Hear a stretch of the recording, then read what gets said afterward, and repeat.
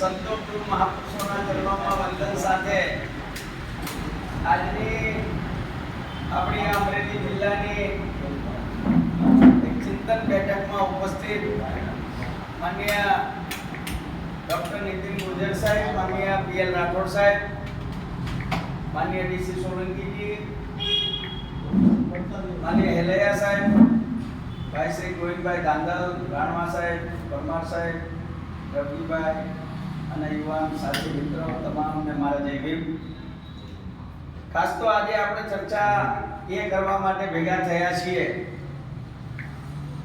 કે ઘણી વખત સરકાર દ્વારા એવા નિર્ણયો થતા હોય, ઘણીવાર સુપ્રીમ કોર્ટના માધ્યમથી એવા નિર્ણયો થતા હોય કે સમાજ આંદોલિત થતો હોય, સમાજ એનો વિરોધ બતાવતો હોય, પણ આ 1 ઓગસ્ટનો જે સુપ્રીમ કોર્ટનો જે ચુકાદો છે એ કંઈક અલગ રીતે છે. એક તો સુપ્રીમ કોર્ટને અનુસૂચિત જાતિ જનજાતિના બાબતમાં જો કોઈએ કંઈ ફેરફાર કરવો હોય તો એનો પાવર માત્ર સંવૈધાનિક રીતે રાષ્ટ્રપતિને મળેલો છે. પણ સુપ્રીમ કોર્ટ દ્વારા જે અનુસૂચિત જાતિની અંદર વર્ગીકરણ લાવવાનો પાવર એ લોકોએ હવે રાજ્ય સરકારોને સોંપ્યો છે.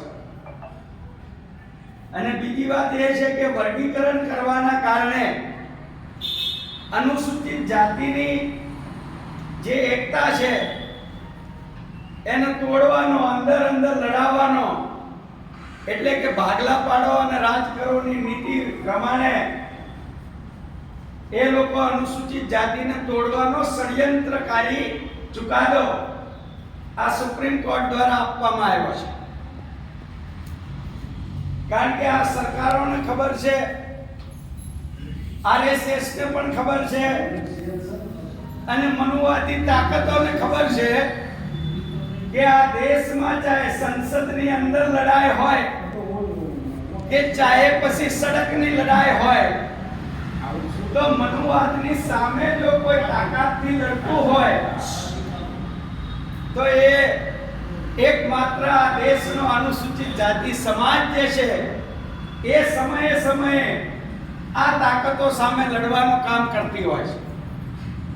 એટલે એમાં કેવી રીતે ભાગલા પાડવા એ એમની રણનીતિ મુજબ ષડયંત્ર કરી અને સુપ્રીમ કોર્ટના માધ્યમથી એ લોકોએ આપણા ભાગલા પાડવા અને ભાગલાની સાથે પહેલા તો એમણે આ દેશની અંદર ખાનગીકરણ લાવી અને સરકારના જે મોટી કંપનીઓ જે પીએસયુ છે એને વેચી અને રિઝર્વેશનને ખતમ કરવાનું એક ડગલું તો એ ઘણા સમયથી આગળ ચાલી રહ્યા છે. અને જે બાકી બચેલા સરકારી જે આયામો છે એમાં પણ કેવી રીતે રિઝર્વેશન ખતમ કરવું એના માટે આ ચુકાદો આવેલો છે. તકલીફ એ છે કે આપણા જ અનુસૂચિત જાતિના અતિ પછાત વર્ગના ભાઈઓને એવું છે કે આ ચુકાદાથી અમને કંઈક મળી જવાનું છે અને એટલા માટે અમુક વર્ગના લોકો એમ કે અમારો વિરોધ કરી રહ્યા છે. ચુકાદો આવતા જ વિભાજન દેખાવાનું શરૂ થયું. પણ સાચી અને વાસ્તવિક વાત એ છે કે એ લોકો જો વર્ગીકરણ કરવામાં આવે, રાજ્ય સરકારો એમાં વર્ગીકરણ કરે તો એ પોતાનો રાજકીય લાભ કેવી રીતે મળવાનો છે એ અનુસૂચિત જાતિનો કે અતિ પછાત વર્ગના લાભની ચિંતા નહીં કરે. એ એમને રાજકીય લાભ કેવી રીતે મળવાનો છે એ પ્રકારે એ વર્ગીકરણ કરશે. આપણે જોઈએ તો બિહારમાં દલિત અને મહાદલિતની 2 કેટેગરી ઊભી કરવામાં આવી. સમયે જ્યારે જરૂરિયાત ઊભી થઈ એમના પોલિટિકલ લાભ માટે, તો એક જાતિ જે દલિતમાં છે એને ઉપાડીને પછી મહાદલિતમાં મૂકી દેવાય. કારણ કે દર વખતે ચૂંટણીઓ આવે, મતની જરૂર પડે એટલે એક મોટી જાતિ ઉપાડીને પછી મહાદલિતમાં મૂકવા. આજે બિહારમાં પરિસ્થિતિ એ છે કે દલિત કોમ્યુનિટી કોઈ નથી, બધી કોમ્યુનિટી ક્યાં આવી ગઈ? મહાદલિત. કારણ કે એમને રાજકીય લાભ લેવો છે. જે જાતિ અવાજ ઊંચો કરે કે ભાઈ અમને કેમ અન્યાય, એટલે એ પાછા મહાદલિત. મારે પાછું બધું જે બેનિફિટની વાત હોય બધા ત્યાં જ ભેગા થઈ ગયા. એમ આ લોકો પહેલા તો વર્ગીકરણ કરી અને સમાજને તોડવાનું કામ કરે. અને આપણા જ ભાઈઓ, અતિ પછાત વર્ગના ભાઈઓ, એને આપણે સમજાવવું પડશે. એ આપણી ફરજ છે. એ સમજાવવું પડશે કે જ્યારે આ ગુજરાતમાં 2003-04માં આ સરકારે અતિ પછાતના વિકાસ માટે અતિ પછાત વર્ગ વિકાસ નિગમ એક ઊભું કર્યું. પહેલા અનુસૂચિત જાતિ આર્થિક વિકાસ નિગમ ચાલતું, એમાંથી વળી અતિ પછાત વર્ગ વિકાસ નિગમ શરૂ કર્યું. સફાઈ કામદાર વિકાસ નિગમ શરૂ કર્યું. તો કોઈએ અનુસૂચિત જાતિની બીજી કોઈ પણ જાતિઓએ એનો વિરોધ કર્યો નથી. કેમ કે જે વિકર સેક્શન, મતલબ કે જે વિકાસની લાઈનમાં ક્યાંક પાછા રહી ગયા છે, એને જો ધંધો રોજગાર કરવા માટે સરકાર કોઈ અલગ બજેટ ફાળવે તો એમાં કોઈને વાંધો હોય નહીં. પણ છતાંય આજે પાછા સુપ્રીમ કોર્ટમાં કહે છે કે અતિ પછાત વર્ગના લોકો સાથે એ લોકો વિકાસથી દૂર છે. તો આજે તો 20 વર્ષ થયા, છતાં પણ તમે અનુસૂચિત જાતિના બજેટો બીજી જગ્યાએ વાપરો છો. એ ચાહે કોંગ્રેસની સરકાર હોય કે ચાહે બીજેપીની સરકાર હોય. વિકાસની વાતો તો માત્ર કાગળ ઉપર છે. પણ હું તમને એ કહેવા માંગુ છું, હવે પ્લીઝ ઘડી ફોનને, કે એ આપણા જે અનુસૂચિત જાતિ આર્થિક વિકાસ નિગમના પછી જે અતિ પછાત વર્ગ નિગમ બન્યું, સફાઈ કામદાર નિગમ બન્યું, એના પછી હમણાં એક ઈડબ્લ્યુએસ નો નિગમ બન્યો. ઈડબ્લ્યુએસ ને રિઝર્વેશન આપ્યા પછી એના આર્થિક ઉત્કર્ષ માટે થઈ અને ઈડબ્લ્યુએસ નું નિગમ બન્યું. તો તમે જોઈ શકો છો કે આપણા અતિ પછાત વર્ગ નિગમનું બજેટ ગુજરાત સરકારે કેટલું રાખ્યું? 50 કરોડ. કેટલું? 50 કરોડ. આ સફાઈ કામદાર નિગમનું બજેટ પણ એટલું જ. બીજી થોડી કેન્દ્રનું. પણ જે ઈડબ્લ્યુએસ નું જે નિગમ બન્યું એનું બજેટ છે 1000 કરોડ. હવે તમે વિચાર કરો કે આ સરકારો કોનો વિકાસ કરવા માંગે છે? એ અતિ પછાતના નામે ખાલી જાહેરાતો કરે છે અને એના બજેટના ફાળવેલા નાણાં પાછા બીજી જગ્યાએ વાપરે છે. એની જો આપણે ચર્ચા કરીએ તો આખો દિવસ જાય એટલી ચર્ચાઓ છે. કેટલા પ્રકારના ષડયંત્રો કરે છે, બરાબર. પણ આ લોકો આપણને સમાજમાં કેવી રીતે વર્ગ વિગ્રહ પેદા થાય, આપણે આપણા અતિ પછાત વર્ગના ભાઈઓને એ કહેવાનું છે કે આ જે લોકો વર્ગીકરણની વાત કરી રહ્યા છે એ આપણને મૂર્ખ બનાવી રહ્યા છે. કેવી રીતે? આજે આપણે જોઈએ કે કોઈ 100 સીટની ભરતી કરવાની હોય તો એમાં રોસ્ટર ક્રમાંક મુજબ 200 પોઈન્ટ રોસ્ટરની નીતિ મુજબ આજે આપણો વારો કેટલામો આવે છે? 13મો 14મો વારો આવે છે. કેમ? કારણ કે 41% general quota, 27% OBC reservation, 14% ST reservation, ત્યાર પછી 10% ઈડબ્લ્યુએસ અને એના પછી આપણી ગુજરાતમાં અનુસૂચિત જાતિની 7% રિઝર્વેશન એ ભરવામાં આવે છે.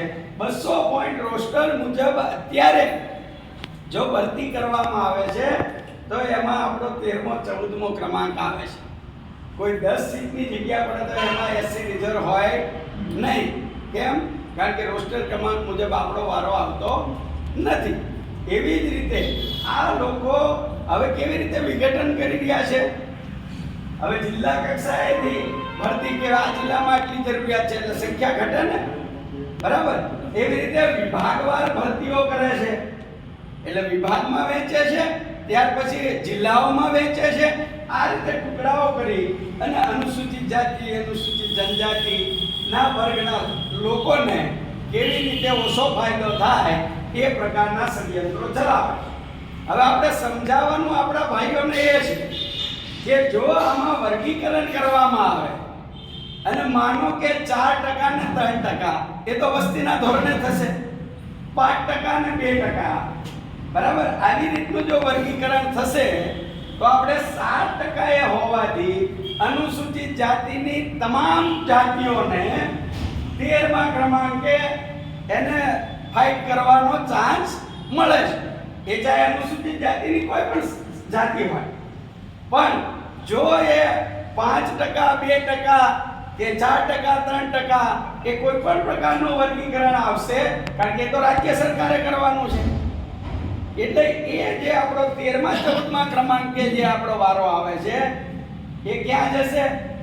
30 અને 50, બરાબર. તો આપણે 13મા ક્રમાંકે જે ફાઇટ કરીએ છીએ તો એ આપણે 30માં કે 50માં નંબરે જઈશું. 5% આવશે તો એ 30મા નંબરે જશે અને જે 2% આવશે તો 50મા ક્રમાંકે જશે. તો એક પણ સમાજ અનુસૂચિત જાતિના વર્ગીકરણ પછી એક પણ સમાજને એનાથી ફાયદો થવાનો નથી.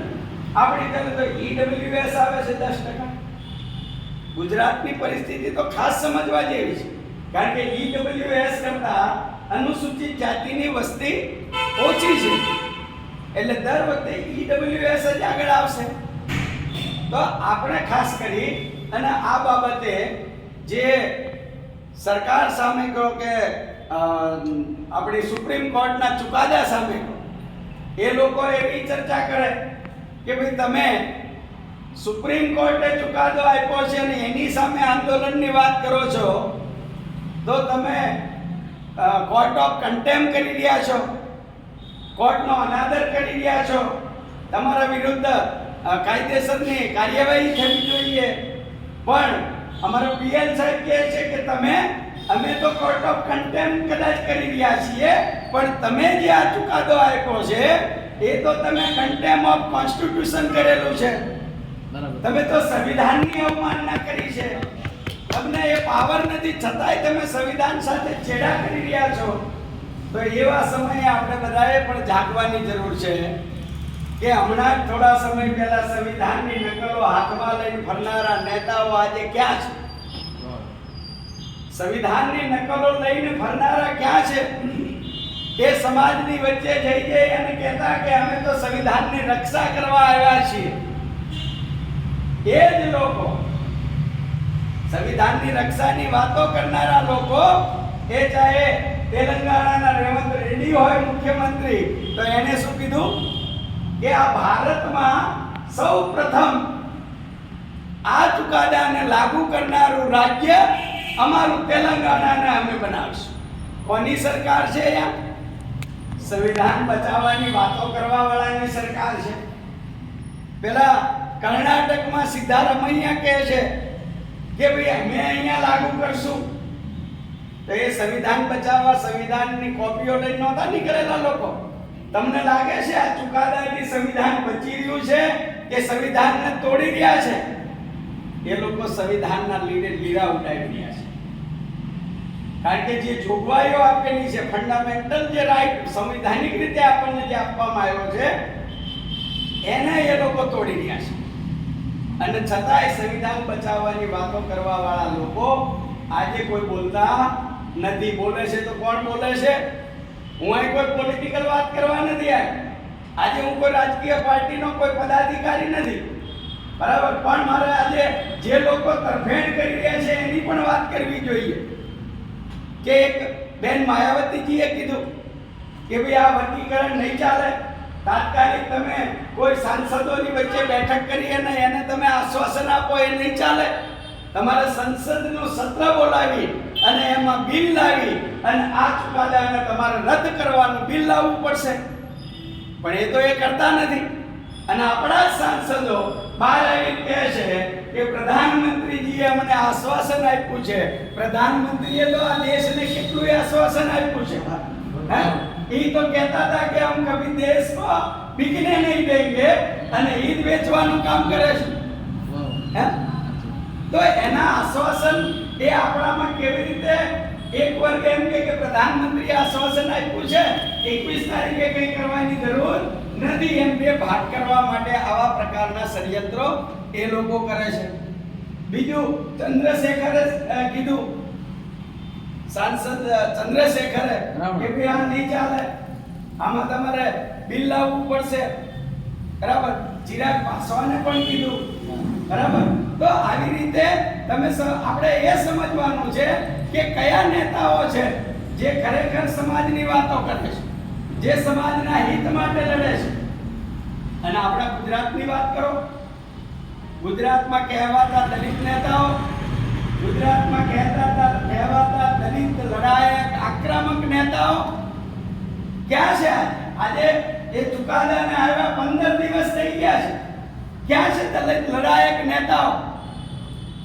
કોઈ દેખાતા નથી. એ લોકો તો કઈક ન્યાય યાત્રા કાઢી રહ્યા છે. જે આપણે જોઈએ છીએ, આપણે એમના પ્રત્યે સંવેદના છે. જે ગેમ ઝોનમાં બાળકો ઉતરી ગયા છે, જે ફૂલ હોનારતમાં ઉતરી ગયા છે, એના પ્રત્યે તો આપણે સંવેદના છે, આપણે સંવેદનશીલ છીએ. પણ આજે સમાજને ટુકડા કરવાનો, સમાજને એક પણ પ્રકારનો બેનિફિટ ન મળવો જોઈએ એવો ષડયંત્રકારી ચુકાદો જ્યારે આવ્યો હોય ત્યારે આ લડાયક નેતાઓની ભૂમિકા શું હોવી જોઈએ? એને સમાજ વચ્ચે નીકળવું જોઈએ અને એને કહેવું જોઈએ. પણ એ લોકો શું કહે છે કે અમારી પાર્ટીએ હજી આ ચુકાદાની તરફેણ કરવી કે આ ચુકાદાનો વિરોધ કરવો એ અમારી પાર્ટીનું સ્ટેન્ડ હજી ક્લિયર નથી થયું. ત્યાં સુધી અમે કંઈ કહી શકીએ નહીં. તો અમે તો એ કહેવા માંગીએ છીએ કે આ સમાજે પાર્ટીના સ્ટેન્ડ મુજબ બોલનારા નેતાઓની જરૂર નથી. આ સમાજે સમાજનું આ સ્ટેન્ડ છે અને એ સ્ટેન્ડ ઉપર જો તમારી પાર્ટી ચાલવા માંગતી હોય તો અમે તમારી સાથે છીએ, નહીંતર અમે અત્યારે રાજીનામું આપવા તૈયાર છીએ એવા નેતાઓની. અને આ કઈ નવું નથી. ડોક્ટર બાબા સાહેબ આંબેડકરે પહેલી સંસદની અંદર જ્યારે કાયદા પ્રધાન તરીકે બાબા સાહેબ હતા અને જવાહરલાલ નહેરુની સરકારે એ કેબિનેટે એ જ્યારે આપણો મહિલા code bill, Hindu code bill, મહિલાઓ માટેનું જે આંદોલન બાબા સાહેબ જેમ હિન્દુ કોડ બિલ લાવ્યા અને જ્યારે એનું એ હિન્દુ કોડ બિલ પાસ કરવામાં સરકાર જ્યારે સાથે ના રહી, એ ઓબીસી ને એના હક અપાવવા માટેની લડતમાં જ્યારે એમ કે સરકાર જવાહરલાલ નહેરુની સરકારે જ્યારે સાથ ન આપ્યો ત્યારે બાબા સાહેબે કીધું કે હું જે સંસદમાં બેઠો હોય અને જો હું આ દેશની મહિલાઓના અધિકાર ના અપાવી શકતો હોય તો એવા મંત્રી પદની મારે જરૂર નથી.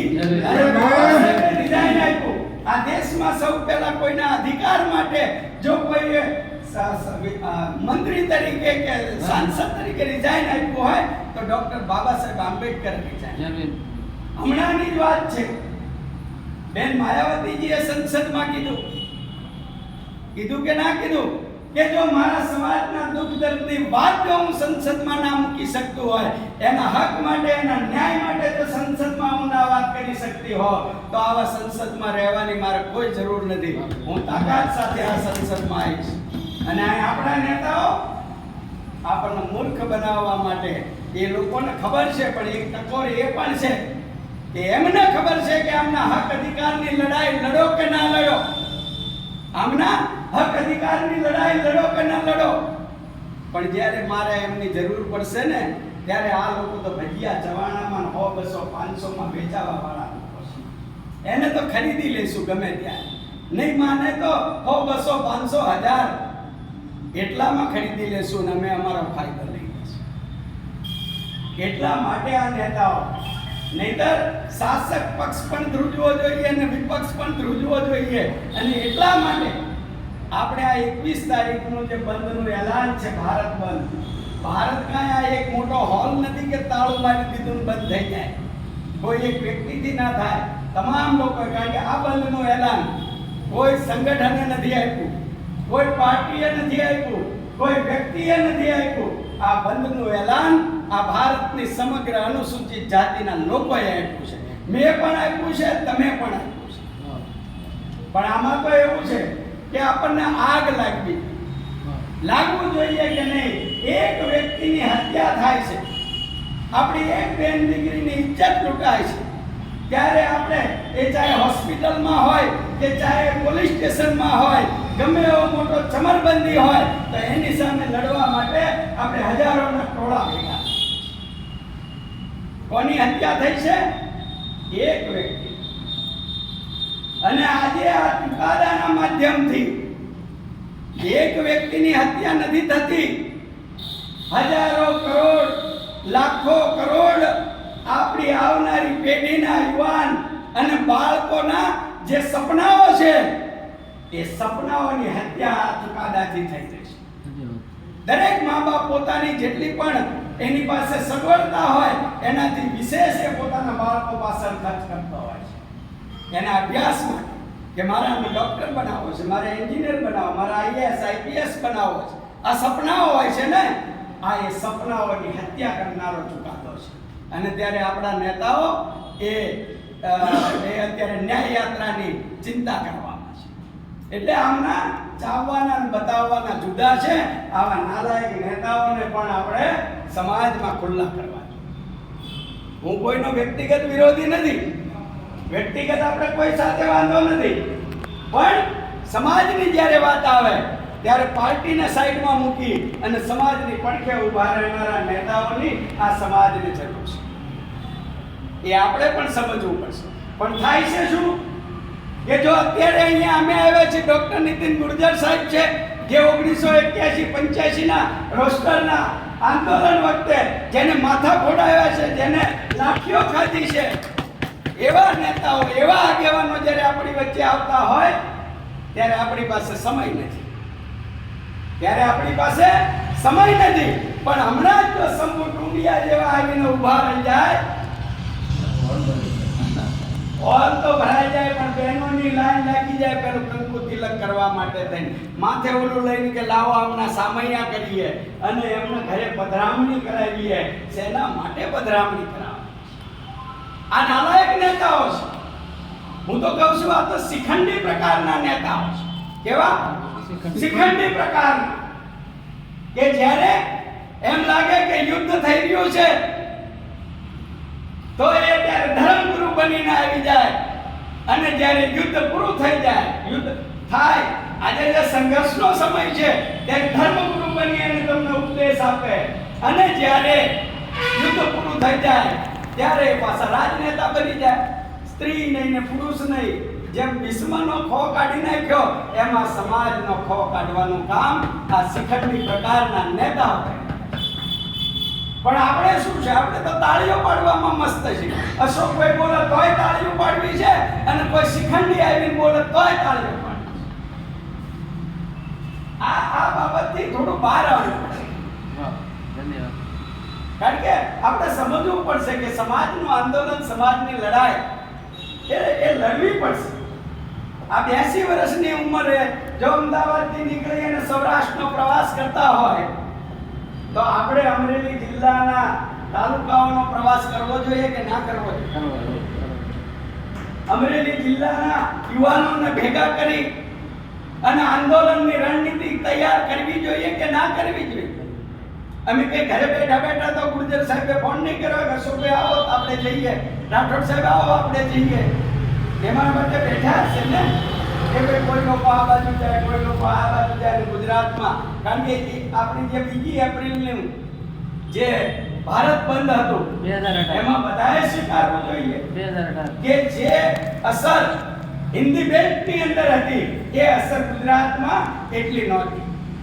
ભલે આપણે આપણો પીઠ થપથપાવીએ કે અમે આ કર્યું, અમે આ કર્યું, પણ જે હિન્દી બેલ્ટમાં જે અસર હતી એ અસર આપણે ગુજરાતમાં ઊભી નહોતા કરી શકી. આ વાસ્તવિકતા છે અને સ્વીકારો. અને આજે પણ આપણે પાછળ રહેવું છે.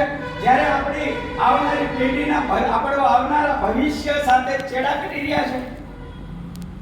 ઘણા બધાને એવું લાગે છે કઈ વાંધો નહીં, આપણે ઘણું મેળવી લીધું છે, ઘરમાં 3 નોકરીઓ છે, એકાદ ગાડી છે, ખૂબ સારો બંગલો છે, પણ જે કાંઈ લીલા પીળા છીએ ને એ આ સંવિધાનના કારણે અને આ મળેલી રિઝર્વેશનના કારણે છે.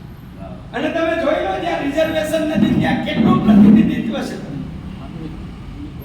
અત્યારે ક્રિકેટ રમવા જાય બધા BCCI ના માધ્યમ છે, કોઈ SC ST છે? કેમ નથી? કારણ કે ત્યાં રિઝર્વેશન નથી, કાબેલિયત તો છે, છોકરાઓ તો એટલા તૈયાર છે, કાબેલિયત તો છે. અત્યારે ઓલિમ્પિક ચાલે છે કોઈ શેડ્યુલ કાસ્ટ શેડ્યુલ ટ્રાઇબ ના છોકરાઓ ગયા છે રમવા? કેમ નથી ગયા? કેમ નથી ગયા? કારણ કે આના ષડયંત્રનો ભોગ બનીએ છીએ. આ રિઝર્વેશન એક એવો મામલો છે કે એમાં એ લોકોએ સંવૈધાનિક રીતે એમને એનો અમલ કરવો પડે છે, અને છતાં પણ એ પૂરેપૂરો અમલ તો હજુ આઝાદીના 75 વર્ષે પણ કર્યો નથી. કારણ કે તમે જોયું હશે આ ચુકાદામાં એ લોકોએ એવું કીધું છે કે ભાઈ જો કેન્ડિડેટ ના મળે તો એ સીટને કેરી ફોરવર્ડ કરે, બરાબર? આગલા વર્ષે તો આગળની ભરતીમાં એને લેવાય. એ કેરી ફોરવર્ડ આપણે નથી જાણતા. વર્ગીકરણ પછીની કેરી ફોરવર્ડની વાત કરે છે ચુકાદામાં, પણ આપણે વર્ગીકરણ પહેલાનું કેરી ફોરવર્ડ નથી જોયેલું. કેટલો બેકલોગ હતો એ શું હતું? એક કેરી ફોરવર્ડ થયેલી સીટો, બરાબર? 35,000 40,000 ની સીટો એ આજ સુધી 1995 પછી તો એ કેરી ફોરવર્ડની જગ્યાઓ સરકાર કહે છે ભાઈ કોઈ તમારો બેકલોગ ખાલી નથી. સુપ્રીમ કોર્ટમાંથી ચુકાદા આવે ને તમારી પડેલી સીટો 0 થઈ જાય. અમાર રાઠોડ સાહેબ કહે છે કે એ 40,000 લોકો, આપણા યુવાનો, આપણા બાળકો જો નોકરીએ લાગ્યા હોય અને એનો માત્ર 25,000 પગાર ગણો તો આ અનુસૂચિત જાતિની અંદર દર મહિને કેટલા કરોડ રૂપિયા આવે? તો પે બેક ટુ સોસાયટી કેટલી થાય? તો આપણું આંદોલન કેવી રીતે આગળ ચાલે? ચાલે ને તાકાત? આ તમે બધા બેઠા છો, બામસેફના તમે પે બેક ટુ સોસાયટી ચલાવી છે, સમાજના પે બેક કર્યું છે, ત્યારે એટલી જાગૃતિ છે. પણ જો એ આ 40,000 સીટો ભરેલી હોત તો ફાયદો હોત કે નુકસાન હોત? પણ એ લોકોએ કેરી ફોરવર્ડ કરેલી બેકલોગની જગ્યાઓ 0 કરી નાખી. તો હવે આમાં શું થશે? એ લોકો એવું પણ કહે છે કે તમને તકલીફ હોય તો કોર્ટમાં જજો, બરાબર? એટલે કોઈ પણ મેટર હોય કોર્ટમાં પછી 2 વર્ષ 5 વર્ષ 15 વર્ષ ચાલ્યા કરે, ના આનો લાભ મળે ના આનો લાભ મળે. એટલે આ રિઝર્વેશન 0 જે એમની મનસા છે. તો આ સમયની અંદર હજુ તો આપણે આની લડત લડી રહ્યા છીએ, લોકોને સમજાવવાનો પ્રયત્ન કરી રહ્યા છે. આ કોઈ 1 2 5 કે 15 કે 1000 લોકોનું કામ નથી, આ ઘરે ઘરે કરવાનું કામ છે, દરેક વ્યક્તિનું કામ છે. અને આપણે આપણા જે અતિ પછાત વર્ગના ભાઈઓ છે એને નુકસાન થાય એવું ઈચ્છતા નથી.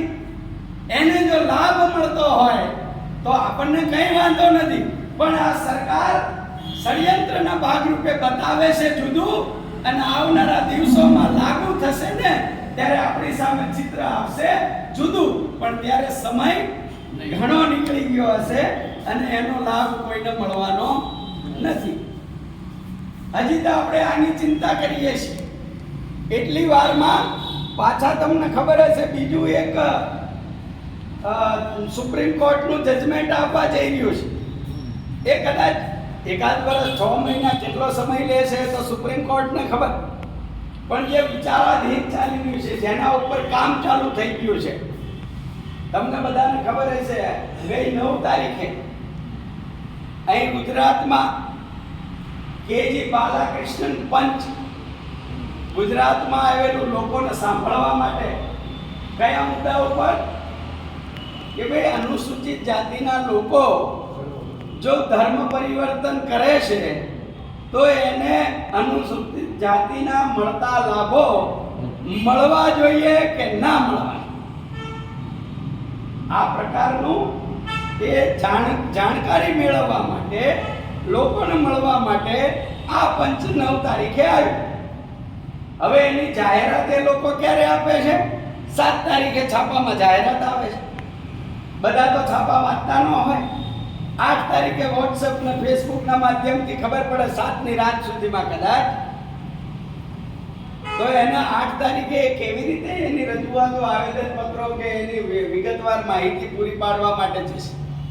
એટલે ઓછામાં ઓછા લોકો એની તરફેણ કરવા વાળા ઓછામાં ઓછા લોકો આવે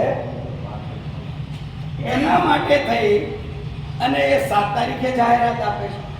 અને બીજી તરફ કે અનુસૂચિત જાતિના લોકોને ધર્મ પરિવર્તન કર્યા પછી અનુસૂચિત જાતિના લાભો ના મળવા જોઈએ એવું કહેવા વાળા લોકોની સંખ્યા એમને, કારણ કે છાપાના જાહેરાતની ખબર નથી, એમને જરૂર નથી, કારણ કે એમને તો ઓફિસોમાંથી અનુસૂચિત જાતિ મોરચાના કાર્યાલયમાંથી બધા મેસેજ આવી જતા હોય. એટલે એક કેજી બાલાકૃષ્ણન પંચની સામે ગુજરાતની અંદર 1600 જેટલી અરજીઓ 1600 અરજીઓ એવી ગઈ કે ભાઈ આ ધર્માંતરણ કરનારા લોકોને અનુસૂચિત જાતિનો લાભ મળવો જોઈએ નહીં. 1600 સામે 100 પણ નથી. એની ફેવર કરનારા 100 પણ આવેદન નથી અને 1600 આવેદન પત્રો ગયા. કેવી રીતે ગયા? તમામ જે મોરચાના લોકો છે એના દ્વારા જિલ્લા સામાજિક ન્યાય સમિતિના ચેરમેનો, તાલુકા સામાજિક ન્યાય સમિતિના ચેરમેનો, પછી પેલા સરકારનો લાભ લેતી મંડળીઓ, મજૂર સહકારી મંડળીઓ, આવા તમામ લોકોને સરકારી અધિકારીઓ દ્વારા અનઓફિશિયલ મેસેજ કરાવી અને દરેકને દબાણમાં લાવી અને દરેક પાસેથી એ લેટર પેડ ઉપર લખાણ એ લોકોએ કરાવ્યું. અને મેં હમણાં કીધું એ શિખંડીએ એના દીકરાને છોટે શંભુને એણે એની રજૂઆત કરવા માટે થઈ અને કેજી બાલાકૃષ્ણન પંચ સમક્ષ મોકલાય. પણ એની તો આપણે ભલે કે આ કેટલા લોકો બોધિશ છે, આપણે બોધિશ છીએ, ધર્મથી માનો કે આપણે બૌદ્ધ ધર્મ અંગીકાર કર્યો છે, પણ સમાજ બદલાઈ જાય છે, અનુસૂચિત જાતિનો થપ્પો નીકળી જાય છે. હમણાં અમારા ચુડાના સમઢિયાળા ગામની અંદર 2 ભાઈની હત્યા કરવામાં આવી. એમાં એક ભાઈ તો એ હિન્દુ ધર્મ પાળતો અને બીજો ભાઈ હતો એ ક્રિશ્ચિયન હતો. મારવા વાળા માટે એ હિન્દુ નહોતો, ક્રિશ્ચિયન નહોતો, મારવા વાળા માટે તો એ અનુસૂચિત જાતિનો હતો. અને એ અમારી સામે પાવર કરે. એ નથી જોતા કે આ તુરી છે કે તરગાળા છે કે બારોટ છે કે વણકર છે કે વાલ્મીકી છે કે ચમાર છે કે એ નથી જોતા. એના માટે તો બધાના માટે એક જ શબ્દ છે, હું બોલવા નથી માંગતો કે આ કોણ લોકો છે. એ ચાહે તમે ધર્મ પરિવર્તન કરો કે ચાહે તમે કલેક્ટર બની જાઓ. કલેક્ટર તો ઠીક, પણ આ દેશના રાષ્ટ્રપતિને પણ કહેવામાં આવે છે કે આ દલિત રાષ્ટ્રપતિ છે. આ દેશના રાષ્ટ્રપતિને કહેવામાં આવે છે કે આદિવાસી રાષ્ટ્રપતિ. અને એ દલિત રાષ્ટ્રપતિને પણ જો મંદિરમાં ઘૂસવું હોય તો મંદિરના દરવાજેથી પાછા વાળવામાં આવે છે. રાષ્ટ્રપતિ શેના માટે? એ કઈ એનામાં તકલીફ હતી? લૂલો, લંગડો, બેરો, બોબડો, ગાંડો, પાગલ શું હતો? એ તો દેશનો પ્રથમ નાગરિક હતો. છતાં પણ એને મંદિરે નહીં જવા દેવા અથવા તો એના ગયા પછી મંદિરની સફાઈ કરવી, ધોવરાવવું, એ પાછા ગાયના સાણ મૂતરથી. તો એ કહેવાનો મતલબ મારો એ છે કે એ ગમે તે હોય, તમે ભણી ગણીને ગમે તેટલા બન્યા હોય, તમે કોઈ પદ પાવર ગમે એટલો મેળવી લીધો હોય, તમે પૈસા ગમે એટલા મેળવી લીધા હોય, પણ તમારી સાથે જે જાતિનો ધબ્બો લાગેલો છે એ ક્યારેય જતો નથી. આ દેશની માનસિકતા છે. કહેવામાં આવે છે કે આ દેશ ખેતી પ્રધાન દેશ. શું ભણાવવામાં આવે છે? કે આ દેશ ખેતી પ્રધાન દેશ છે. પણ અમે કહીએ છીએ આ દેશ ખેતી પ્રધાન નહીં, આ જાતિ પ્રધાન દેશ છે. અહીંયા ખેતી થાય છે તો જાતિઓની ખેતી થાય છે. શેની ખેતી થાય છે? જાતિઓની ખેતી થાય છે. અને એ જાતિઓની ખેતીમાંથી જે ફસલ આવે છે એ ફસલને આ મનુવાદી લોકો એને લડવાનું કામ કરે છે. આપણે તો સમજવું પડશે ને, આપણે આંબેડકરવાદી છીએ. આપણે આંબેડકરવાદી, તો આ લોકો તો આંબેડકરવાદને ખતમ કરવા માંગે છે.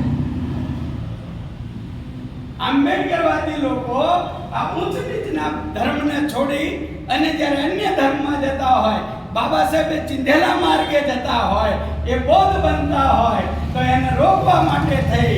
કારણ કે ગામડાનો માણસ, એનો છોકરો ભણતો હોય, એને એમ થાય કે જો હું બૌદ્ધ ધર્મ અંગીકાર કરીશ તો મને અનુસૂચિત જાતિનો લાભ, રિઝર્વેશનનો લાભ, સ્કોલરશિપનો લાભ મને નહીં મળે. તો હવે અહીંયા જ આ શંભુએ આપેલા મંજીરા વગાડવામાં વાંધો નથી, કદાચ છોકરો આપણો ડોક્ટર એન્જિનિયર બની જાય. એટલે બાબા સાહેબના ક્રાંતિ રથને રોકવાનું કામ થઈ રહ્યું છે કે નહીં? તો આપણે એ જોવાની જરૂર છે કે દરેક તબક્કે કેવી રીતે આપણને રોકવા એનું ષડયંત્ર આ સરકારો ચલાવી રહી છે.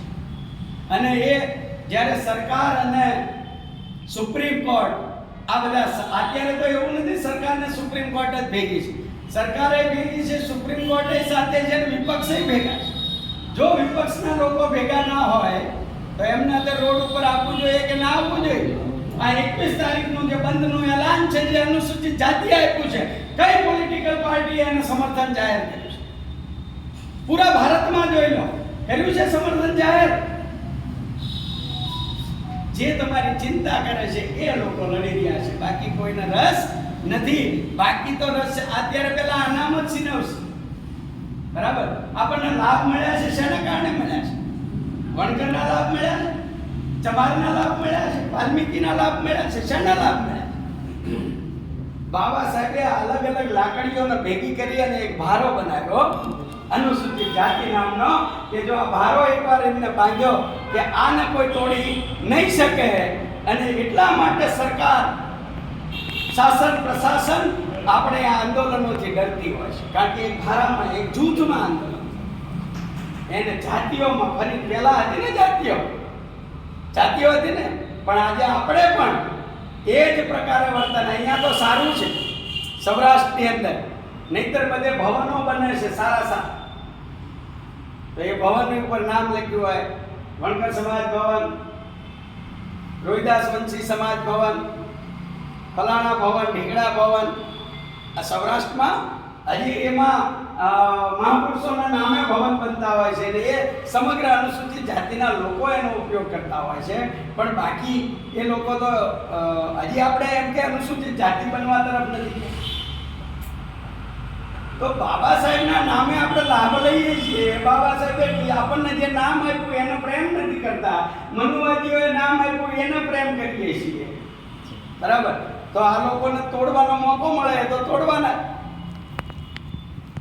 એટલે વધુ વાત નહીં કરતા, સમય પણ ઘણો થયો છે. અમારા બે મુરબ્બી પણ આ જ્યારે વ્યથા ઠાલવવાનું જ્યારે ચાલુ થાય છે ને, તો એક પછી એક એમ થાય કે આમાં શું કરવું જોઈએ. કારણ કે એકજૂટ બનીને જો નહીં લડીએ ને, તો એ લોકો તો રાહ જોઈને જ બેઠા છે કેવી રીતે આમને તોડવા, બરાબર. ઘણા બધા લડાયક લોકો હોય, એને એ લોકો ગળામાં પટ્ટો બાંધી અને અનુસૂચિત જાતિ મોરચામાં સેલમાં ફિટ કરી દે છે. પછી એને થોડો ઘણો લાભ દેખાય એટલે એ ત્યાં એની ભાષા બોલવાનું શરૂ કરી દે છે અને સમાજની ભાષા ભૂલી જાય છે, બરાબર. પણ એને ખબર નથી કે ધીરે ધીરે આ બધા અધિકારો ખતમ થાય તો એવી જ રીતે વોટનો અધિકાર અથવા તો રાજકીય રિઝર્વેશન જો ખતમ થાય ને, બરાબર, તો તમે ગમે એવા એમના બૂટના તળિયા ચાટો ને તોય તમારી જરૂર નથી. આ તો રાજકીય રિઝર્વેશન છે જે ડોક્ટર તમે સમજો, આ લોકોના ષડયંત્રોને સમજવાની જરૂર છે. આપણને જે રિઝર્વેશન મળ્યું, નોકરીમાં રિઝર્વેશન, ભણવામાં રિઝર્વેશન જે મળ્યું, એ રિઝર્વેશનને તો સંવિધાનની અંદર ફંડામેન્ટલ તરીકે લાગુ કર્યું છે, બરાબર. અને જે રાજકીય રિઝર્વેશન છે એ તો માત્ર 10 વર્ષ માટે આપ્યું. એને ક્યારે ખતમ કરવાનું હતું? 1960માં તો ખતમ કરવાનું હતું.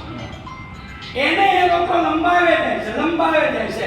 તમારે આંદોલન કરવું પડે છે કે ભાઈ રાજકીય રિઝર્વેશન હજી લંબાવો આ વર્ષે. તમને ખબર પણ નથી હોતી કે આ રાજકીય રિઝર્વેશનની 10 વર્ષની અવધિ પૂરી ક્યારે થવાની છે એ પણ ખબર નથી, પણ છતાંય આપોઆપ એમાં એમેન્ડમેન્ટ કરી અને એ લોકો આગળ વધારી દે છે. કેમ? કારણ કે એમને ગુલામ જોઈએ છે, અને એવા લોકો જોઈએ છે કે એ ચાહે સમાજનું ગમે એવું નિકંદન કાઢી નાખો છતાં પણ બોલવા તૈયાર ના થાય એવા પપેટ જોઈએ છે. એમને ખબર છે કે જો પોલિટિકલ રિઝર્વેશન ખતમ કરવામાં આવે તો આવા નેતાઓ જે છે ને, જે ભલે પોલિટિકલ નથી પણ સમાજની વાત કરે છે ને, એની પડખે સમાજ ઊભો રહી જશે અને આપણી તાકાત વેરવિખેર થઈ જશે. એટલા માટે એ પોલિટિકલ રિઝર્વેશન વધારે જાય છે અને જ્યાંથી આપણું ઉદ્ભવ થવાનું, જ્યાંથી આપણો વિકાસ થવાનો છે એ રિઝર્વેશનને તોડવાનું કામ કરે છે. હવે તમે વિચારો, શાસક કે વિપક્ષ એક પણ પાર્ટી શું આપણા હિતમાં છે ખરી? તો ક્યાં સુધી ચવાણા મમરામાં, ભજીયામાં ને પોટલી બાટલીમાં કે 100, 200, 500 માં અનુસૂચિત જાતિ મોરચાના નાના પદોમાં ગોઠવાવા માટે થઈ અને તમે તમારા મહાપુરુષોએ આપેલી વિરાસતને વેચી રહ્યા છો. અમે પણ જઈ શકીએ છીએ, કોઈ પણ પોલિટિકલ પાર્ટી આપે જગ્યા, કેમ ન આપે? પણ આ બોલવા શીખ્યા છીએ કે આ કોઈ પણ પ્રકારનો અવાજ ઉઠાવતા શીખ્યા છીએ એ આ પોલિટિકલ પાર્ટીઓના કારણે નહીં, આપણા મહાપુરુષોના કારણે. તો એનું આંદોલન કોણ ચલાવશે? બધા અલગ અલગ પાર્ટીઓમાં જઈ, કોઈને ધારાસભ્ય બનવું છે, કોઈને સાંસદ બનવું છે, કોઈને મોરચાના પ્રમુખો બનવું છે, કોઈને નાના કોન્ટ્રાક્ટ ટુકડા તો આપવા છે. હે? તો એના માટે થઈ અને જો બધા ત્યાં લાઈન લગાવશો તો આપણે આ મહાપુરુષોનું આંદોલન કેવી રીતે ચાલશે? અને એના થકી જ છે એ લોકોને જે મળે છે એ આ મહાપુરુષોનું આંદોલન ચાલે છે એટલે મળે છે. જો આ બંધ થઈ જાય ને તો પછી તો કોઈની ક્યાંય વેલ્યુ રહેવાની નથી. એટલે ખાસ અમે તમને એ કહેવા આવ્યા છીએ કે 21મી તારીખનું જે ભારત બંધનું જે એલાન છે એ કોઈ વ્યક્તિએ નહીં પણ સમગ્ર સમાજે આપેલું છે અને એને આપણે આપણા જિલ્લાની અંદર કેવી રીતે સફળ બનાવી શકાય એના માટે તમે વડીલો, યુવાનો બધા સાથે બેસી અને અમરેલી જિલ્લાના તમામ તાલુકા મથકો ઉપર જઈ, અહીં વિસ્તારમાં જઈ દરેકને કહેવાનું છે કે આપણે જે કામ ધંધા રોજગારે નોકરીએ જતા હોય તો એમાં એક દિવસ એ રજા મૂકી દેવાની છે. સાથે સાથે વેપારી મહામંડળો હોય, સોની બજારના મંડળો હોય, અલગ અલગ industry and chamber of commerce and ઇન્ડસ્ટ્રીના લોકો હોય, એ તમામ લોકોને મળી અને એમને કહેવાનું છે કે ભાઈ તમારે અમને સરકાર આપવાનું છે. એક દિવસ બંધનું એલાન છે, તમે એક દિવસ ધંધો નહીં કરો તો તકલીફ નહીં થાય, બરાબર? અમે ઈચ્છતા નથી કે અમારે સંઘર્ષમાં આવવું પડે, એટલે અમે તમને પ્રેમથી કહેવા આવ્યા છીએ કે 21 તારીખે તમારે અમને સરકાર આપવાનો છે અને શહેરો અને જિલ્લાઓ અને ગામડાને આપણે બંધ રાખવાનું છે. એ પ્રકારની એમની સાથે ચર્ચા કરો અને ત્યાર પછી જો એ ના માને ને 21 તારીખે કદાચ નીકળ્યા હોય તો આપણે કહી શકીએ કે તમને કીધું છતાંય તમે જો અમને સરકાર ન આપતા હોય, ઓબીસી સમાજને કહેવાની જરૂર છે કે ભાઈ આજે અમારી સામે છે, જો અમારી લડતમાં ઉણપ રહી અને એ લોકો સફળ થયા તો તમારો રોહિણી કમિશનનો વારો થોડી વારમાં આવી જ રહ્યો છે. તમે પણ છૂટવાના નથી. એમને પણ કહો કે આજ જો અમારી લડત સફળ થશે તો તમને હાથ લગાડતા એ લોકો વિચારશે, બરાબર? અને એ બધાને કે એક પછી એક આ સરકાર બધાનો વારો લે જે રીતે લઈ રહી છે, બરાબર? આજ અમારો વારો છે, આજ તમે અમને સહકાર આપો, કાલ તમારી ઉપર કોઈ આફત આવશે ત્યારે અમે તમને સહકાર આપશું.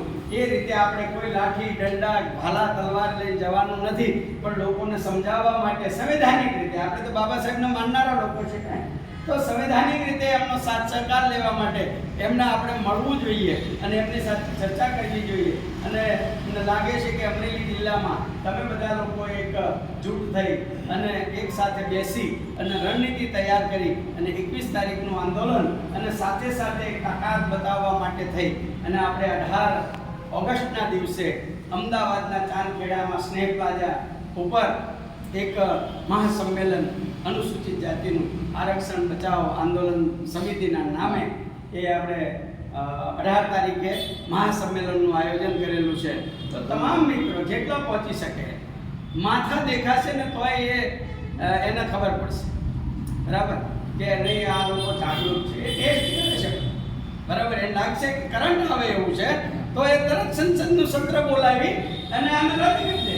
પણ જો એને લાગશે કે નહીં હવે તો આંબેડકરવાદ ખાલી નામનો છે, કાગળ ઉપર ચાલે છે, ફેસબુક અને વોટ્સએપમાં ચાલે છે, આ લોકોના લોહીમાં કોઈ ઉકળાટ નથી, બરાબર, હવે આ લોહી ગરમ થયું નથી, તો આને કઈ વાંધો નહીં, આને ગમે એ રીતે કચડી નાખો, કઈ વાંધો નથી, તો એ લોકો કઈ નહીં કરે.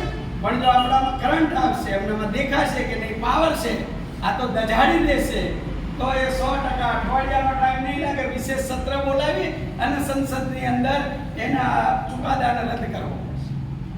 તો આપ સૌ લોકો એમાં ખૂબ સહભાગી થશો, એ જ આશા અને અપેક્ષા સાથે હું મારી વાત પૂરી કરું છું. જય ભીમ, જય ભારત. ખૂબ જ સાધુવાદ અશોકભાઈ ચાવડા સાહેબને